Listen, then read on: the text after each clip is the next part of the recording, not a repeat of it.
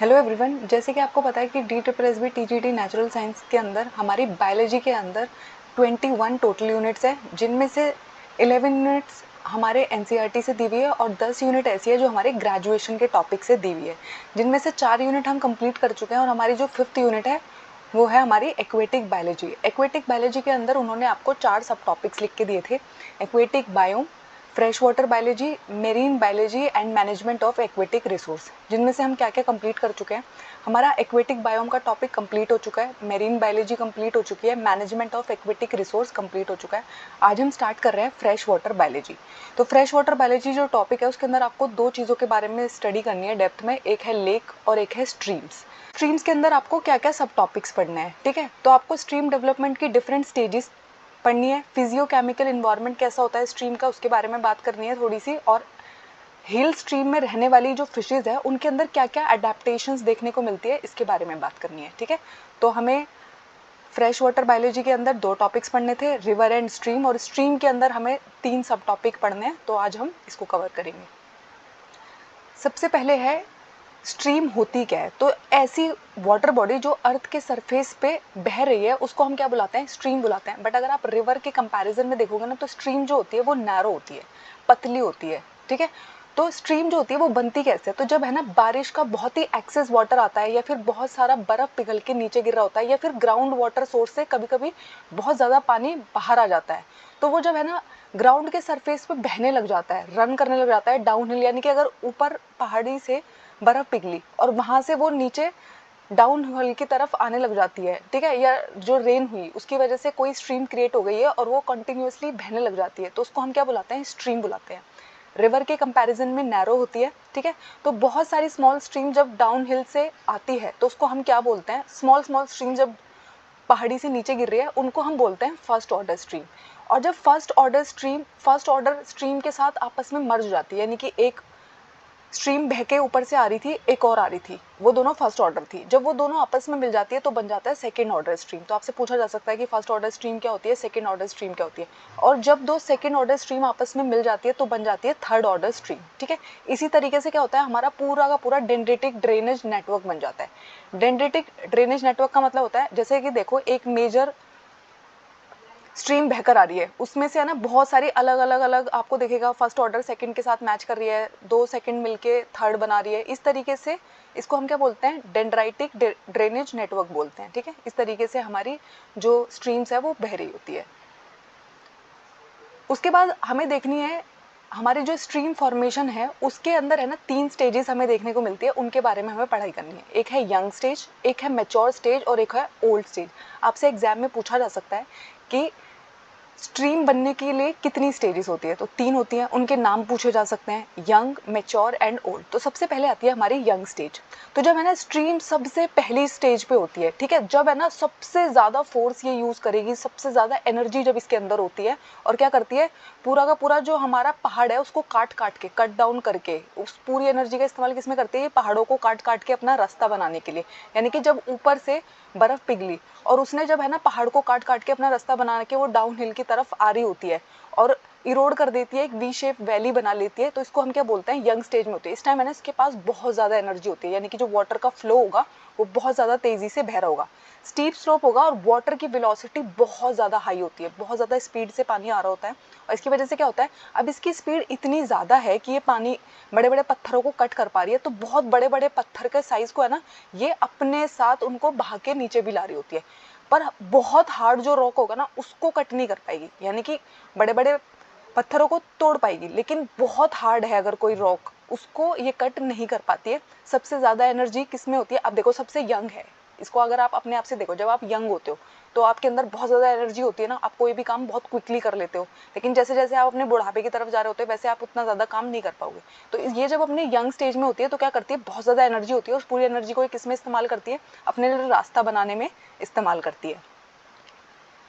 उसके बाद आती है मैच्योर स्टेज। तो मैच्योर स्टेज के बाद होता है जब ये और नीचे पहुंच गई है, ठीक है, इसके अंदर है ना जो दूसरी दूसरी ट्रिब्यूटरीज बह रही थी या फिर ग्राउंड वाटर से और ज़्यादा पानी इसके अंदर ऐड हो जाता है।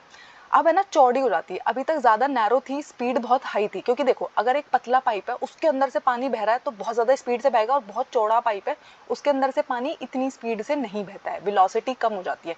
तो इसकी क्या हो गई है, इसकी चौड़ाई इंक्रीज हो गई है, विड्थ इंक्रीज हो गई है, तो इसलिए वाटर वेलोसिटी जो है वो डिक्रीज हो गई है।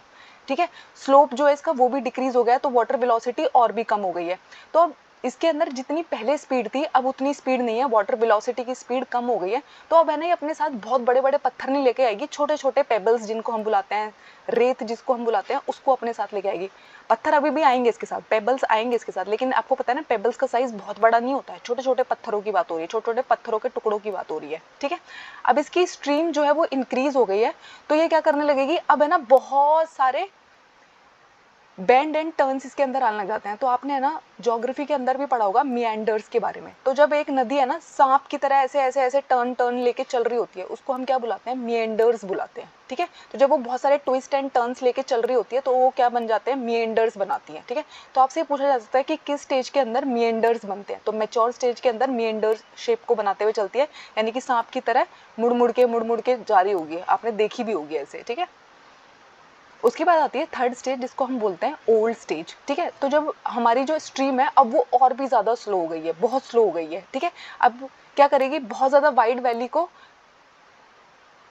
कट करना शुरू करेगी। ठीक है, और फ्लड प्लेन में बहने लग जाती है, जो आपका मैदानी एरिया होता है ना वहां पर बहना शुरू कर देती है अब। ठीक है, वाटर वेलोसिटी और डिक्रीज हो जाएगी, तो अब क्या करेगी, और भी छोटे पार्टिकल को कैरी करेगी। अब पेबल्स भी कैरी नहीं कर पाएगी, इसकी स्पीड जो है वो बहुत कम हो गई है, और अब क्या होगा, ये कैरी करेगी सिल्ट को। आपको पता है सैंड से जो छोटा साइज होता है पार्टिकल्स का उसको हम क्या बुलाते हैं, सिल्ट बुलाते हैं। ठीक है, उसके बाद है ना अब जो मिएंडर्स बना रही थी मैच्योर स्टेज से बड़े बड़े मिएंडर्स अब बनाएगी, और इसकी वजह से ही एक फॉर्मेशन हो जाता है जिसको हम बोलते हैं ऑक्सबो लेक। तो आपने बहुत बार सुना होगा कि ऑक्सबो लेक के बारे में। तो ऑक्सबो लेक ऐसी लेक होती है जैसे एक बहुत बड़ी रिवर वहां से बह रही थी, और वो मिएंडर्स बनाते बनाते चल रही थी, और अचानक से है ना उसने उस वाले मिएंडर की तरफ बहना बंद कर दिया, तो एक पूरी अलग वाटर बॉडी कट जाती है जिसको हम क्या बोलते हैं, ऑक्सबो लेक बोलते हैं। और इसकी जो शेप होती है ना, जो हमारा ऑक्स होता है उसके पैर के निशान की तरह होती है, इसलिए इसको हॉर्स शू लेक भी बोलते हैं। ठीक है, ऑक्सबो लेक भी बोलते हैं। तो ये किसकी वजह से बनती है, मिएंडर्स की वजह से बनती है। ठीक है, ओल्डर स्टेज उसके बाद है ना कहाँ चल देगी, सी में गिरने के लिए चल देगी, और आपको पता है इसको हम क्या बोलते हैं, माउथ ऑफ स्ट्रीम बोलते हैं। और जब आप है ना सी में गिरने वाले हो तो उससे उस वहाँ पे जब मिक्सिंग हो रही होती है उसको हम क्या बुलाते हैं, एस्चुरी बुलाते हैं। जब फ्रेश वाटर और मेरीन वाटर आपस में मिक्स करते हैं, इंटरमिक्सिंग हो रही होती है, तो उस प्लेस को हम क्या बुलाते हैं, एस्चुरी कहते हैं, उसको नदी का मुहाना भी कहते हैं, माउथ ऑफ द रिवर भी कहते हैं। ठीक है, तो ओल्डर स्टेज जो होती है वो एंटर करती है सी के अंदर। सबसे हाई स्पीड होगी इसकी यंग एज में, मैच्योर एज में मिएंडर्स बनाना शुरू करती है। ओल्ड स्टेज में मिएंडर्स की वजह से ऑक्सबो लेक भी बना देती है। मिएंडर्स यहाँ पे बड़े होंगे, ओल्ड स्टेज में सबसे बड़े मिएंडर्स बनाएगी। उसके बाद आता है फिजियोकेमिकल, आपको स्ट्रीम के बारे में बताया। तो विड्थ जो होती है, तो जैसे जैसे जितनी ज़्यादा विड्थ हो जाएगी, ठीक है, जितनी ज़्यादा चौड़ाई बढ़ती जाएगी तो ज़्यादा से ज़्यादा पानी बह सकता है। अगर कोई चीज़ पतली है तो उसके अंदर से कम पानी बह के जा सकता है, वेलोसिटी तो हाई रहती है उसकी लेकिन पानी कम बहता है। तो क्या होगा, जैसे जैसे चौड़ाई बढ़ती है वैसे वैसे ज़्यादा पानी बढ़ सकता है। अगर आप टेम्परेचर रेंज देखोगे ना तो डेली बेसिस पे ना 5 डिग्री का आपको फ्लक्चुएशन देखने को मिलेगा। सुबह के टाइम पे अलग टेम्परेचर रहेगा, ठीक है, शाम के टाइम पे अलग टेम्परेचर रहेगा। और जब है ना नदी, जब है ना हमारी स्ट्रीम ऊपर से बह के नीचे आ रही है डाउन स्ट्रीम में, तो वहाँ पे क्या होगा, हाई टेम्परेचर देखने को मिलेगा। पीएच जो होता है वो दिन के टाइम पे हाई देखने को मिलता है। और जैसे ही आप डाउन स्ट्रीम आओगे तो इलेक्ट्रिकल कंडक्टिविटी जो है वो भी इंक्रीज हो जाती है। उसके बाद आता है अडेप्टेशंस क्या क्या देखने को मिलती है हिल स्ट्रीम फिशेज में। तो आपको पता है स्ट्रीम के अंदर है ना पानी बहुत ज़्यादा तेज़ी से बह रहा है, एक तो बहुत ज़्यादा पानी बह रहा है और बहुत तेज़ी से बह रहा है। तो उसके अलावा क्या होता है, अब जो हमारी स्ट्रीम्स है वो बहुत ज़्यादा डीप नहीं होती है, जैसे हमारे सी बहुत डीप होते हैं, तो इसलिए ना बहुत अच्छे से लाइट इंटेंसिटी हाई होती है, यानी कि लाइट आराम से पेनिट्रेट कर सकती है हमारी स्ट्रीम्स के अंदर क्योंकि वो बहुत गहरी नहीं होती है। ऑक्सीजन का लेवल बहुत हाई होता है, ठीक है, हमारी जो स्ट्रीम्स होती है, रिवर्स होती है, उनके अंदर हाई ऑक्सीजन लेवल होता है। उसके अंदर आपको पता है रिवर के अंदर हमारी एल्गी भी ग्रो कर रही होती है क्योंकि इतनी ज़्यादा लाइट है, तो वहाँ पे फाइटोप्लैंक्टन्स आराम से फोटोसिंथेसिस कर रहे होते हैं।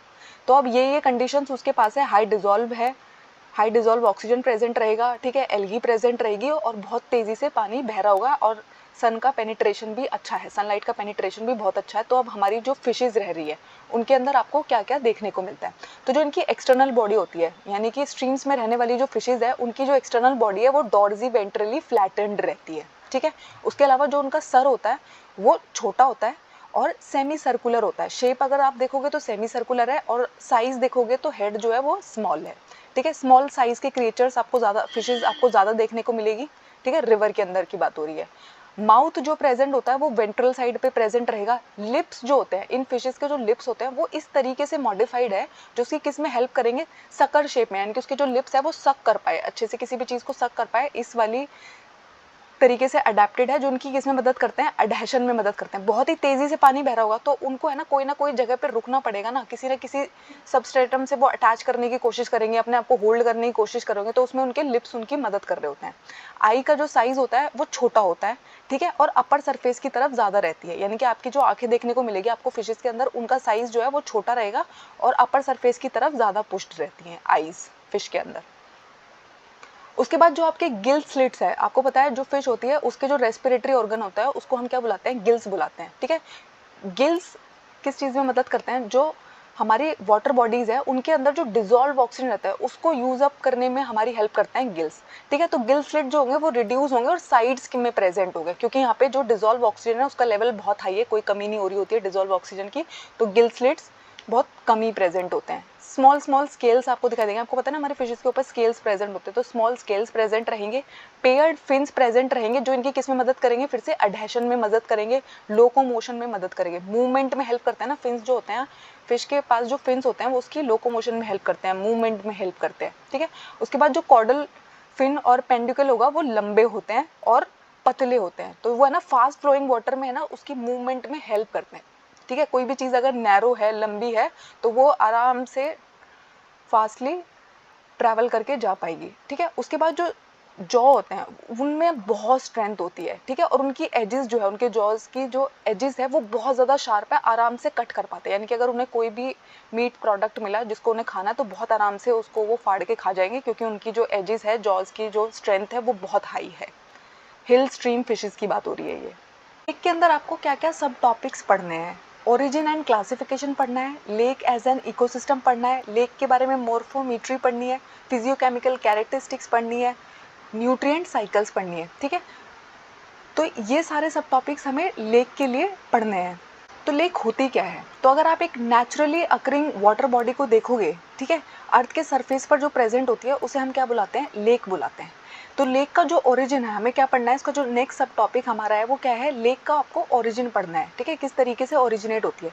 तो लेक के जो फॉर्मेशन है, बनने के जो प्रोसेस है वो क्या क्या हो सकते हैं, टेक्टोनिक मूवमेंट हो सकता है और एक्सोजिनस प्रोसेस हो सकते हैं। तो जो लेक के बनने के हमारे प्रोसेस है उसमें सबसे पहला आता है टेक्टोनिक। टेक्टोनिक के अंदर आता है हमारे इरोजन की वजह से बना हो या फिर वॉल्केनिक एक्टिविटी।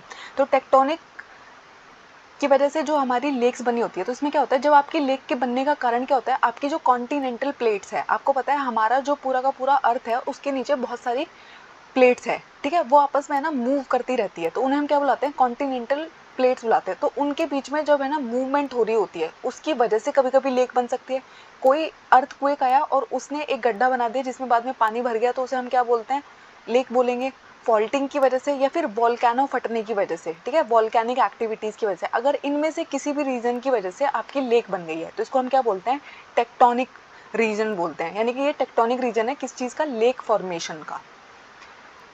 उसके बाद आता है एक्सोजिनस प्रोसेसेस। ठीक है, अगर आपकी लेक इस वजह से बनी है कि आपके जो ग्लेशियर्स है उनका जो मूवमेंट हो रहा है उनकी वजह से एक होलो स्पेस क्रिएट हो गया है, वैली क्रिएट हो गई है और उसके अंदर जो है पानी भर गया है, तो वो क्या बन जाएगी, आपकी ग्लेशियर मूवमेंट की वजह से लेक बन जाएगी। कभी कभी क्या होता है, आपके कुछ ऐसे स्टोन्स होते हैं, रॉक्स होते हैं, बड़े बड़े ऐसे स्टोन्स एंड रॉक्स होते हैं, जब वो डिजोल्व कर जाते हैं पानी की वजह से, वो डिजोल्व कर जाते हैं और वहाँ पे ना बहुत सारा स्पेस खाली हो जाता है, तो लाइमस्टोन डिसोल्यूशन की वजह से भी आपकी लेक बन सकती है। जब मैंने आपको बताया था रिवर के बारे में, जब हम पढ़ रहे हैं, तो हमारी रिवर है ना जब बहुत स्पीड से फ्लो करके जा रही होती है तो वो स्नेक लाइक मूवमेंट कर रही होती है, जिसको हम क्या बोलते हैं, मिएंडर्स बोलते हैं।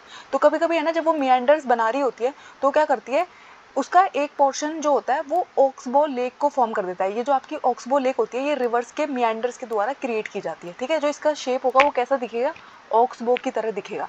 उसके अलावा कभी कभी जब आप डैम्स बना रहे होते हो तो डैम्स की वजह से जो इरोजन होता है उसकी वजह से भी लेक क्रिएट हो जाती है। कभी कभी ऐसा होता है कि उल्का पिंड आके गिरे, उन्होंने है ना हमारे अर्थ के सरफेस में क्रेटर्स कर दिए, बहुत सारे बड़े बड़े गड्ढे कर दिए। ठीक है, या फिर हमारे वोल्केनिक इरप्शंस के दौरान बहुत सारे बड़े बड़े पत्थर है ना, उन्होंने ज़मीन में और भी बड़ा पत्थर कर गड्ढा कर दिया, तो उसमें अगर आपका पानी फिल हो गया तो ये क्या बन रही है, आपकी लेक्स बन रही है। तो आपके लेक्स के बनने के दो प्रोसेस हो सकते हैं, एक होता है टेक्टोनिक और एक होता है एक्सोजिनस।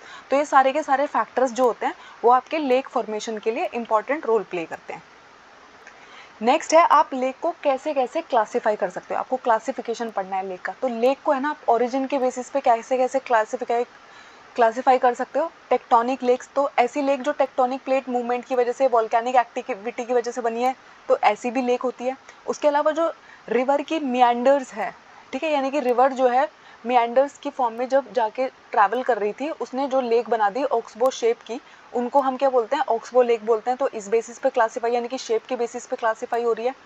क्रेटर लेक्स, ठीक है, ऐसी लेक जो है ना क्रेटर्स की वजह से बनी, वॉल्केनिक इरेप्शंस की वजह से जो बड़े बड़े पत्थरों ने गड्ढे कर दिए उनकी वजह से बनी, उसको हम क्या बुलाते हैं, क्रेटर लेक बुलाते हैं। नेक्स्ट है हमारा सॉल्ट लेक। तो कुछ आपके ऐसी झीलें होती हैं जिनमें फ्रेश वाटर होता है, कुछ ऐसी झीलें होती हैं जिनके अंदर आपको खारा पानी देखने को मिलता है, ठीक है। तो हमारी ऐसी लेक जिनके अंदर है ना कोई भी नेचुरल वाटर आउटलेट नहीं है, ठीक है, और उनके अंदर है ना पानी इतनी स्पीड से एवोपरेट करता है कि बहुत ज़्यादा हाई सॉल्ट कंटेंट उसके अंदर प्रेजेंट रह जाता है, ठीक है। तो ऐसी झीलों को हम क्या कहते हैं, नमक की झीलें बोलते हैं, सॉल्ट लेक बोलते हैं, ठीक है। उसके अलावा हमारी लेक किस किस रीजन की वजह से बन सकती है, लैंडस्लाइड हुई उसकी वजह से वहाँ पर कोई स्पेस बन गया, उसमें पानी फिल हो गया, तो भी हमारी लेक बन सकती है। ग्लेशियर्स ने मूवमेंट की, उन्होंने वैली क्रिएट कर दी, वहाँ पर लेक बन सकती है, ठीक है। वैली का इरोजन हो गया, वहाँ पर लेक बन सकती है। उसके अलावा कुछ लेक्स है ना ऐसी होती है जो आर्टिफिशियली होती है, यानी कि ह्यूमन एक्टिविटी की वजह से बनती है, ह्यूमंस उसको खुद खोद के बनाते हैं, ठीक है। और कभी कभी क्या होगा, जो आप डैम्स बनाते हो उसकी वजह से जो इरोजन होता है, उसकी वजह से जो गड्ढा हो जाता है, उसकी वजह से भी लेक का फॉर्मेशन हो सकता है, ठीक है। ये थे हमारे डिफरेंट टाइप्स ऑफ लेक्स, ठीक है, क्लासिफिकेशन ऑफ लेक्स था ये। उसके बाद है ना हमारी लेक न्यूट्रेंट के बेसिस पे भी क्लासीफाई हो सकती है। तो न्यूट्रेंट के बेसिस पे क्या होता है, पहली आपकी जो लेक का टाइप हो सकता है वो होता है ओलिगोट्रॉफिक लेक।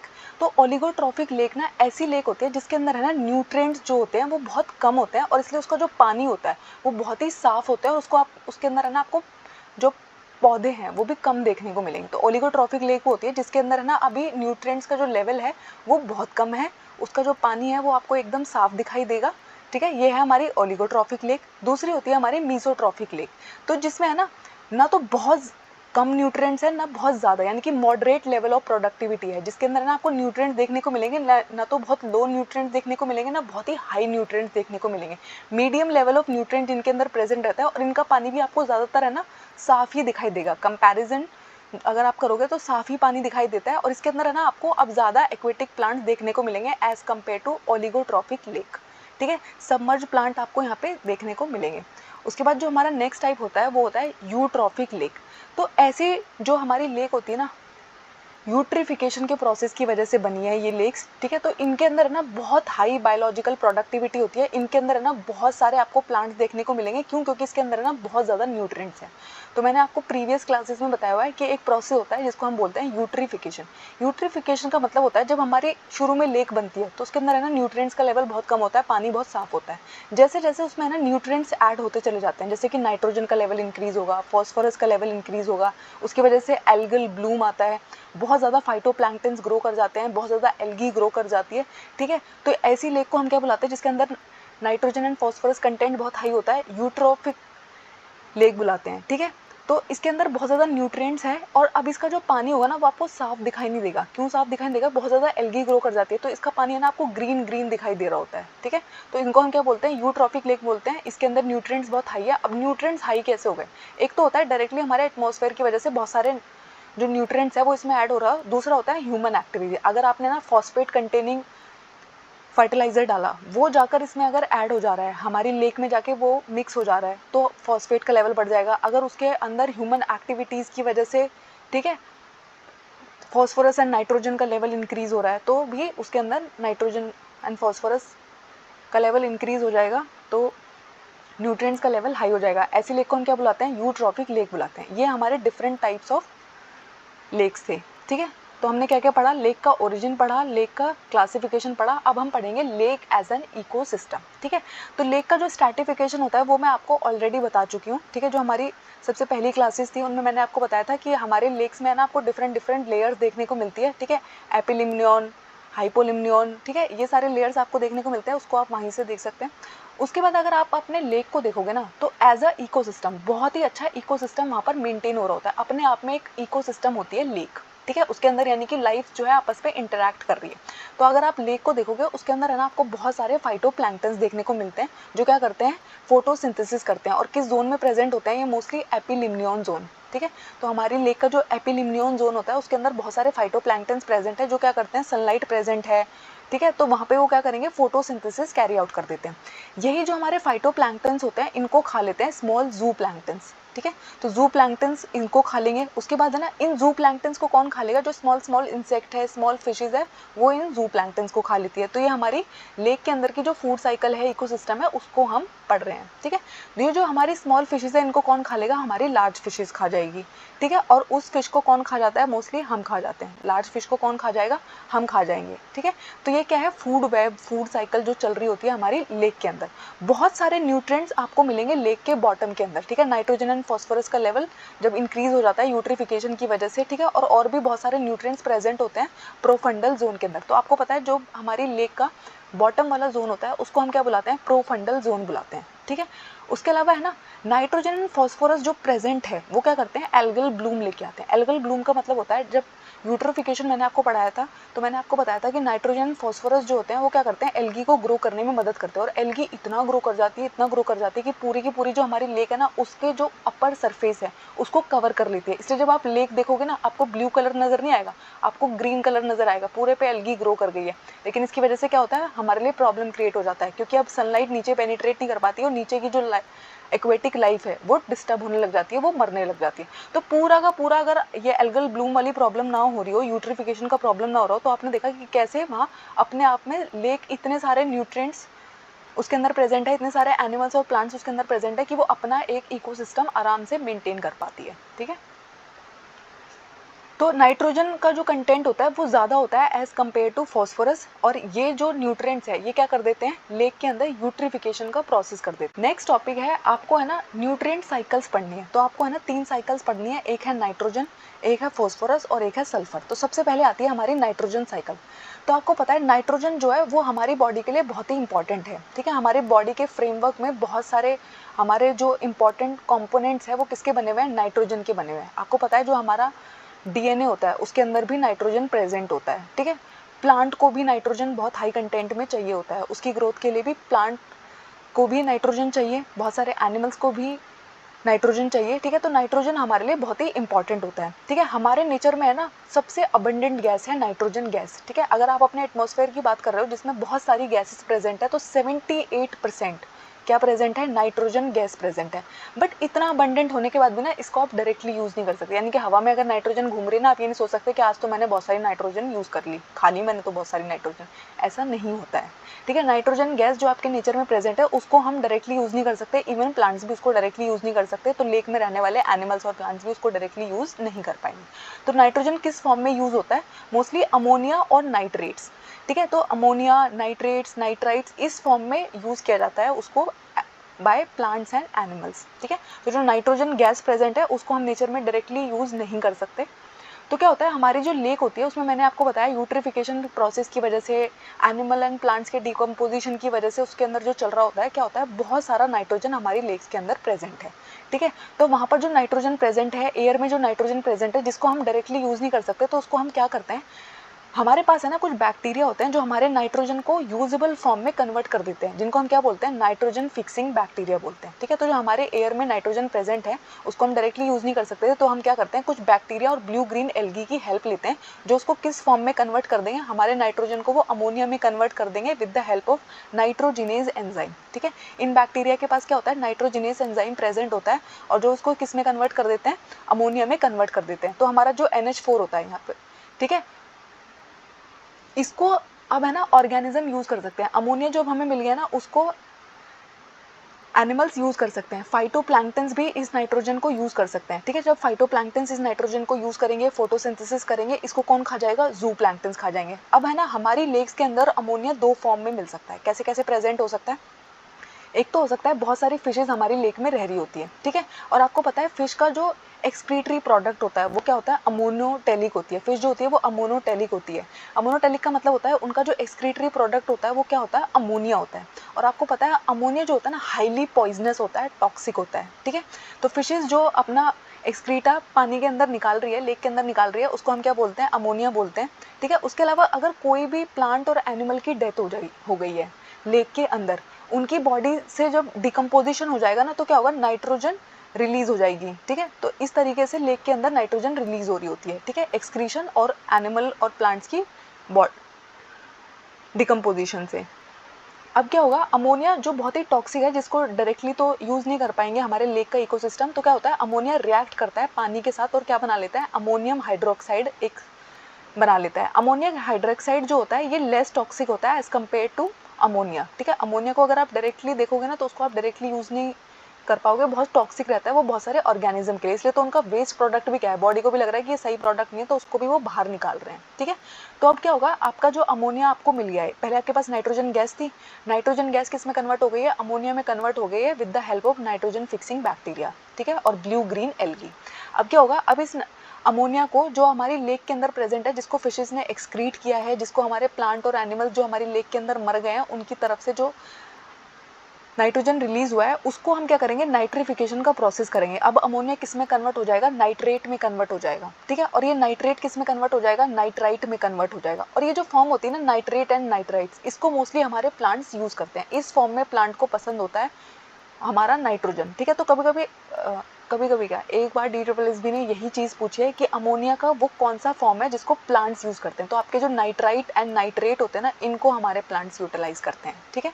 तो नाइट्रेट, नाइट्राइट और अमोनिया होते हैं ना, वो ऐसे फॉर्म है नाइट्रोजन के जिनको ऑर्गेनिजम्स यूज़ कर सकते हैं। डायरेक्टली जो हवा में नाइट्रोजन प्रेजेंट है उसको आप यूज़ नहीं कर पाओगे, सबसे अबंडेंट है। उसके बाद होता है हमारा डीनाइट्रिफिकेशन का प्रोसेस। तो जब प्लांट्स इसको यूज़ कर लेते हैं, एनिमल्स ने इसको यूज़ कर लिया, उसके बाद जब प्लांट्स और एनिमल्स की डेथ होगी ना, तो डीनाइट्रिफिकेशन प्रोसेस में क्या होता है, नाइट्रोजन फिर से है ना नाइट्रोजन के जो कंपाउंड्स बने थे different different, nitrate, nitrite, ammonia, ये किस में कन्वर्ट हो जाते हैं, दोबारा से नाइट्रोजन गैस में कन्वर्ट हो जाते हैं और दोबारा से एटमॉस्फेयर में रिलीज हो जाते हैं। और इसी तरह हमारा पूरा नाइट्रोजन साइकिल चलता रहता है। आपको जो यहाँ पे मेजर फोकस करना है वो आपको फोकस करना है कि लेक के अंदर कैसे कैसे रिलीज हो रहा होगा हमारा नाइट्रोजन, ठीक है। तो नाइट्रोजन एटमॉस्फेयर में प्रेजेंट है, कितने परसेंट है, 78% है, ठीक है। उसके बाद क्या होगा, डीकम्पोजिशन के थ्रू आपको मिलेगा, ठीक है। आपके लेक्स के अंदर क्या होगा, डेथ और डिके जब होगा, आपके जो एनिमल्स है वो जो एक्सक्रीशन करेंगे उसके थ्रू क्या होगा, आपके लेक के अंदर नाइट्रोजन रिलीज हो जाएगा, ठीक है। डिफरेंट फॉर्म में जब वो उसे यूज़ कर लेंगे और उनकी डेथ हो जाएगी तो वो दोबारा से कहाँ चला जाता है, हमारे एटमॉस्फेयर के अंदर चला जाता है, ठीक है। हमारे प्लांट उसे किस फॉर्म में यूज़ करते हैं, नाइट्रेट एंड नाइट्राइट, ठीक है। तो हमारे प्लांट्स उसको इस फॉर्म में यूज़ करते हैं। लेक के अंदर आपको अमोनिया कैसे कैसे मिल सकता है, जो आपके फिशेज होते हैं वो क्या करते हैं, अमोनिया को रिलीज करते हैं। और डीनाइट्रिफिकेशन का मतलब होता है जब आपका नाइट्रोजन दोबारा से एटमॉस्फेयर में नाइट्रोजन की फॉर्म में चला जाता है, उसको हम क्या बोलते हैं, डीनाइट्रिफिकेशन बोलते हैं। नाइट्रिफिकेशन किसको बोलते हैं, जब हम अपने अमोनिया को नाइट्रेट एंड नाइट्राइट्स में कन्वर्ट करते हैं उसको हम क्या बोलते हैं, नाइट्रिफिकेशन बोलते हैं, ठीक है। ये हमारी पूरी साइकिल होती है। उसके बाद आती है हमारी सल्फर साइकिल। तो सल्फर जो होता है मोस्टली वो है ना हमारे लिथोस्फीयर में प्रेजेंट है। आपको पता है हमारा जो रॉकी सरफेस है पूरा का पूरा, उसको हम क्या बुलाते हैं, लिथोस्फीयर बुलाते हैं। तो हमारे लिथोस्फीयर में सल्फर बहुत ज़्यादा प्रेजेंट है। उसके अलावा हमारी बॉडी में सल्फर हमें कहाँ चाहिए, जो हमारी बॉडी के अंदर कुछ अमाइनो एसिड्स है ना, मिथियोनिन एंड सिस्टीन, इनके अंदर एक कंपोनेंट होता है सल्फर, ठीक है। तो यानी कि मेरी बॉडी में अगर ये अमाइनो एसिड्स बनने हैं तो मेरी बॉडी को सल्फर ज़रूर चाहिए होगा। उसके अलावा कुछ मिनरल्स में भी ज़रूरी होता है, प्रोटीन के अंदर ज़रूरी होता है। तो सल्फर का जो मोस्ट स्टेबल फॉर्म है ना वो क्या हुआ, SO4 2- होता है वो, ठीक है। SO4 2- जो होता है वो स्टेबल फॉर्म होता है सल्फर का। सल्फर हमारे लिथोस्फीयर रॉक में प्रेजेंट है। जब है ना रॉक की वेदरिंग हो रही होती है, यानी कि बारिश आ रही है, ठीक है, सनलाइट निकल रही है धीरे धीरे, यानी कि आपका रॉक जो है वो स्मॉल स्मॉल पार्टिकल्स में टूटता जा रहा है, तो उसके अंदर से सल्फर रिलीज होते जा रहा है। तो वेदरिंग का जो पूरा प्रोसेस होता है उसके अंदर आपका सल्फर रिलीज होने लग जाता है, ठीक है। तो आपका सल्फर क्या होगा, उसके अलावा क्या तरीका है, किस तरीके से वो आपके वाटर बॉडी में, यानी कि मोस्टली लेक में कैसे पहुंचेगा। तो आपकी लेक में अगर ऐसे वाले रॉक्स प्रेजेंट है जिनके अंदर सल्फर है तो वहाँ से रिलीज होएगा। उसके अलावा दूसरा क्या होता है, वॉल्केनिक इरप्शन से रिलीज होता है।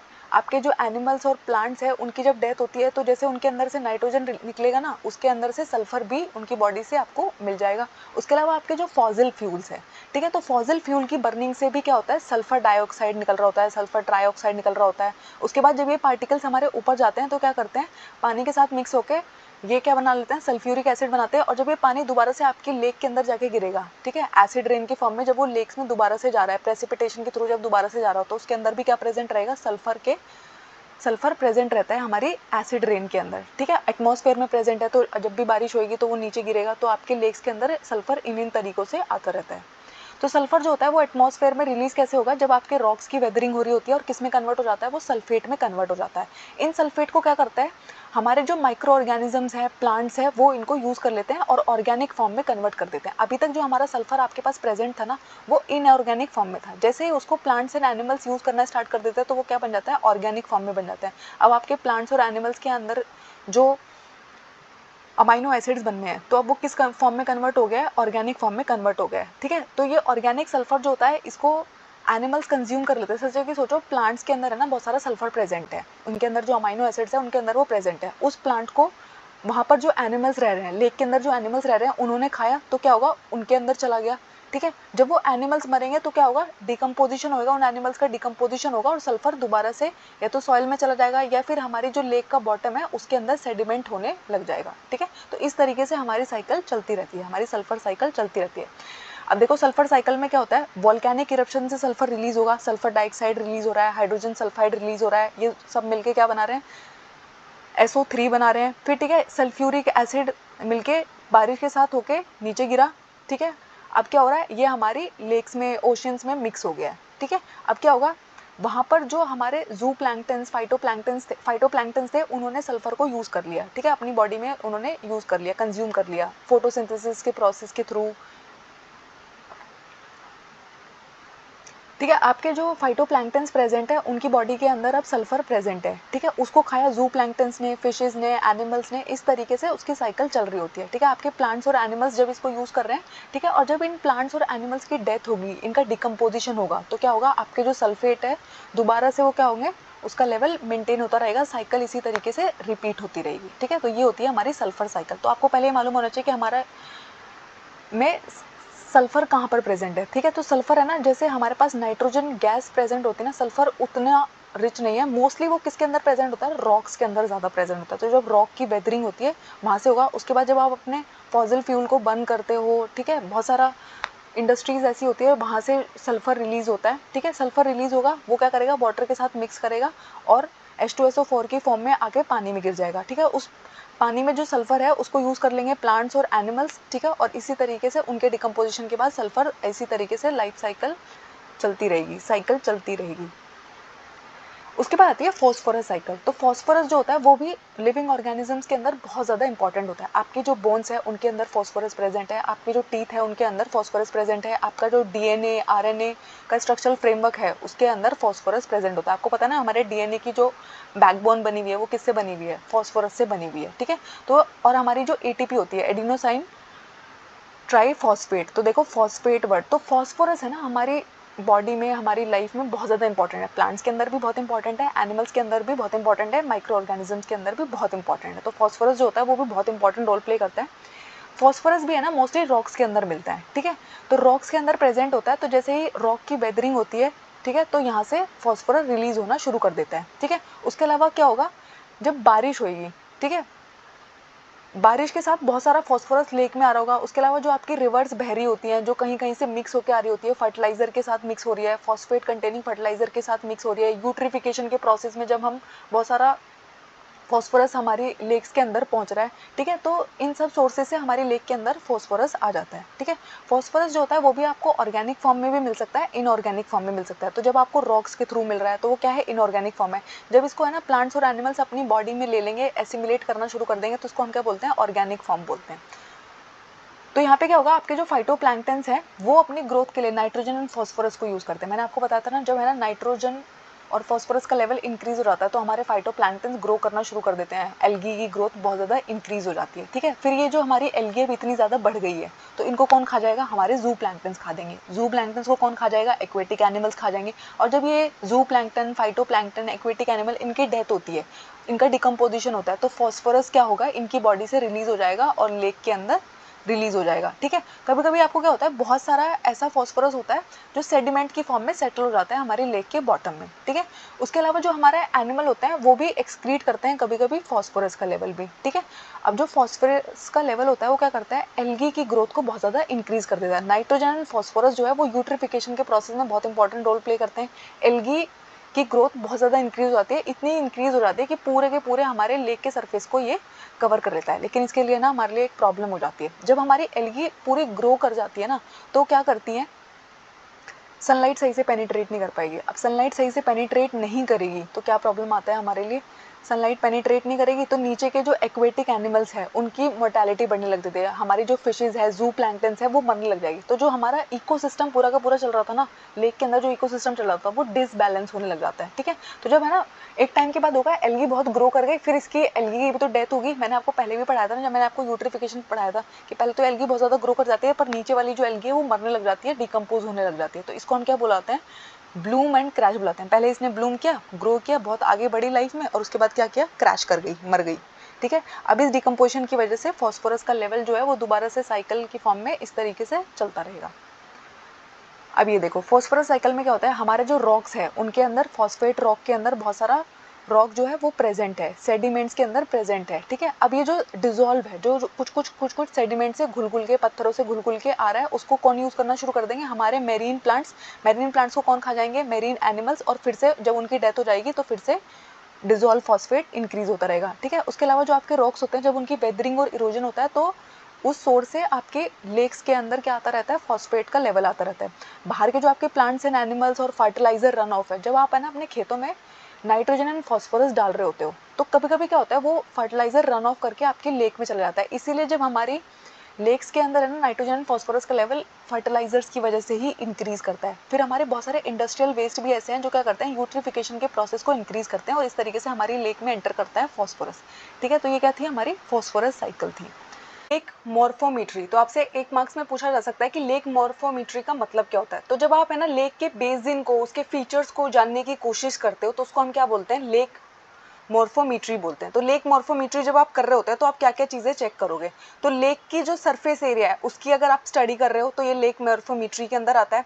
अगर उसके आप बाइथोमेट्रिक मैप बना रहे हो, यानी कि लेक के जो डेप्थ है, ठीक है, उसकी जो एनाटॉमी है उसके बारे में अगर आप स्टडी कर रहे हो, ये भी लेक मॉर्फोमेट्री के अंदर आता है। अगर आप उसकी लेंथ, विड्थ, डेप्थ की स्टडी कर रहे हो, उसके अंदर टर्बुलेंस कैसी है, विंड कैसा है, करंट कैसा आ रहा है, बायोटिक कंपोनेंट्स उसके क्या क्या है, इन सब चीज़ों की स्टडी किसके अंडर की जाती है, लेक मॉर्फोमेट्री के अंदर की जाती है। ठीक है, उसके बाद हमें पढ़ना है फिजियोकेमिकल कैरेक्टरिस्टिक्स। ठीक है, इसके अंदर हमें बहुत सारे, ये हमारा लास्ट टॉपिक है, फिजियोकेमिकल कैरेक्टरिस्टिक में हमें बहुत सारे कैरेक्टर्स पढ़ने हैं तो उनके बारे में अब हम देख लेते हैं। तो सबसे पहला फैक्टर होता है लेक में लाइट का। ठीक है, तो सनलाइट जो होती है ना वो बहुत ज़्यादा इंपॉर्टेंट सोर्स होता है एक्वेटिक इकोसिस्टम का। और देखो, सनलाइट सिर्फ है ना लेक इकोसिस्टम का इंपॉर्टेंट एनर्जी सोर्स नहीं है, हमारी अर्थ पे जो सबसे मेजर एनर्जी सोर्स है वो भी कौन है, सन है। ठीक है, तो क्या होता है जब सनलाइट लेक के ऊपर पड़ती है, वहाँ पर बहुत सारे फाइटोप्लैंक्टन्स रह रहे होते हैं, तो वो फाइटोप्लैंक्टन्स क्या करते हैं, सनलाइट को यूज़ करते हैं। तो सनलाइट जो होती है वो फोटोसिंथेसिस के लिए बहुत इंपॉर्टेंट होती है। हमारी लेक के अंदर जो फाइटोप्लैंक्टन्स रह रहे होते हैं वो सनलाइट का यूटिलाइज करके क्या करते हैं, फोटोसिंथेसिस बनाते हैं। फोटोसिंथेसिस बनाते हैं तो क्या होता है, उनकी जो लाइफ है वो चल पाती है और इन फाइटोप्लैंक्टन्स को खा के जू प्लैंक्टन्स की लाइफ चलती है। ठीक है, तो पूरा का पूरा जो लेक का इकोसिस्टम चलता है वो किसके लिए ऊपर चलता है, लाइट के ऊपर चलता है। अगर सोचो मैं सनलाइट को ही हटा दूं तो क्या होगा, लाइट ही पेनिट्रेट नहीं कर पाएगी। लेक देखोगे तो लेक के हम है ना जब डिफरेंट जोन्स देखते हैं तो जो उसकी सबसे ऊपर वाली लेयर होती है उसका जो पानी गर्म रहता है, ठीक है, वो भी किसकी वजह से होता है, सनलाइट की वजह से होता है। तो सनलाइट जो होती है उसके अलावा वो किसमें इंपॉर्टेंट रोल प्ले करती है, हमारी जो वाटर साइकिल है। ठीक है, क्या होता है, हमारी लेक का पानी गर्म हुआ, एवोपरेट होना स्टार्ट हुआ और फिर रेन के फॉर्म में दोबारा से नीचे गिर रहा है। तो ये पूरी की पूरी जो हमारी वाटर साइकिल चल रही है उसमें भी लाइट का बहुत इंपॉर्टेंट रोल है। फोटोसिंथेसिस में उसका बहुत इंपॉर्टेंट रोल प्ले है। और जो हमारे एक्वेटिक एनिमल्स है उनके लिए जो एक टेम्परेचर रेंज चाहिए उसको मेंटेन करने में भी सनलाइट हमारे लिए बहुत इंपॉर्टेंट रोल प्ले करती है। नेक्स्ट है टेम्परेचर। तो आपको पता है टेम्परेचर की जो सिंपल सी डेफिनेशन होती है वो होती है degree of hotness and coldness. जब आप किसी चीज़ को टच करते हो और एकदम से आप बता देते हो कि ये गर्म है ठंडा है, तो आप क्या बता रहे हो, उसका टेम्परेचर बता रहे हो, ठीक है। तो जो लेक का टेम्परेचर होता है वो भी डेली बेसिस पे चेंज होता रहता है। अब किस किस बेसिस पे चेंज होगा, सोचो किसी दिन है ना धूप ही नहीं निकली, तो क्या होगा उस दिन है ना, लेक का जो पानी है वो बहुत ठंडा रहेगा। अगर आज बहुत तेज धूप निकल रखी है तो लेक का जो पानी है वो गर्म रहेगा। अगर बहुत तेज हवाएं चल रही है तो पानी का जो टेम्परेचर है वो बहुत ठंडा रहेगा। अगर एवोपरेशन बहुत हाई हो रखा है, सनलाइट निकल रखी है और बहुत तेज एवोपरेशन हो रहा है, तो जो टेम्परेचर होगा वो हाई होगा, ठीक है। आपके जो सेडिमेंट्स है नीचे लेक के अंदर कितने सेडिमेंट्स है, वो कितनी हीट भेज रहे हैं, इस पर भी टेम्परेचर डिपेंड करेगा। आपकी जो एयर है वो गर्म हवा बह रही है कि ठंडी हवा बह रही है, इसके ऊपर भी टेम्परेचर डिपेंड करेगा। तो बहुत सारे फैक्टर होते हैं जिनके ऊपर आपका लेक का टेम्परेचर डिपेंड करता है, ठीक है। और ये तो आप खुद सोच पाओगे कि किस दिन टेम्परेचर हाई रहेगा, किस दिन लो रहेगा, ठीक है। अगर बहुत ज़्यादा बारिश पड़ रही है तो ठंडा रहेगा, अगर बहुत तेज धूप निकल रखी है तो गर्म रहेगा, ठीक है। नेक्स्ट है थर्मल स्ट्रेटिफिकेशन। तो आपको पता है थर्मल स्ट्रेटिफिकेशन का मतलब होता है जब आप है ना लेक के डिफरेंट लेयर्स को देखते हो और वहाँ का टेम्परेचर देखते हो। तो जो ऊपर की लेयर होती है उसको हम एपिलिम्नियन बोलते हैं, अपर सरफेस जो होता है लेक का, और वो यूनिफॉर्मली गर्म रहता है क्योंकि सनलाइट सबसे ज़्यादा कहाँ पर पहुँच रही होती है, एपिलिम्नियन पर पहुँच रही होती है, तो इसलिए वो इवनली गर्म रहता है। उसके नीचे होती है हमारी हाइपोलिम्नियन, ठीक है। तो लेक का जो लोअर पार्ट होता है, बेस वाला पार्ट होता है, बॉटम वाला पार्ट होता है, वो ज़्यादातर बहुत ही डेंस होता है और बहुत ठंडा होता है क्योंकि सनलाइट वहाँ पर इतनी ज़्यादा पेनिट्रेट नहीं करती है। यानी कि ऊपर के लेयर के वाटर को तो वो गर्म करके रखती है, लेकिन जो हमारे नीचे का बॉटम का पानी होता है वो ठंडा रहता है।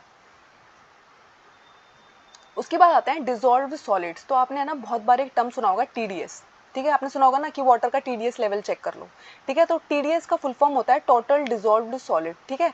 तो ये है ना जब आप अपने पानी के अंदर ऑर्गेनिक एंड इनऑर्गेनिक दोनों के दोनों कितने डिजॉल्व कंटेंट है उनको चेक करते हो, तो इसको हम क्या बोलते हैं, TDS बोलते हैं। इसको हम पार्ट्स पर मिलियन में मेजर करते हैं और इसको मेजर करने के दो मेथड्स हैं हमारे पास, gravimetric method and conductivity method, ठीक है। इससे है ना हमें ये पता चलता है कि किस टाइप के सॉलिड पार्टिकल इसके अंदर पड़े हुए हैं। कार्बोनेट का लेवल हाई है, फॉस्फेट का लेवल हाई है, नाइट्रेट का लेवल हाई है, किसका लेवल हाई है, किस टाइप के सॉलिड का लेवल हाई है, ठीक है।